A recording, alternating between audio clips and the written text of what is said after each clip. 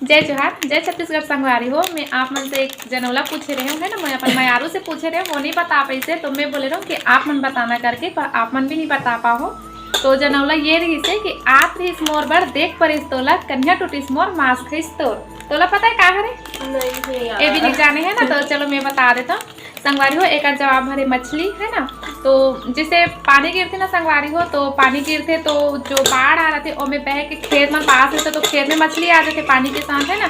तो किसान अपन धान ला देखे पर जाते थे कि मोर फसल कैसे इसे करके, लेकिन वो मछली ला देख डरते ना, तो मछली ला पकड़े पर भगते, है ना।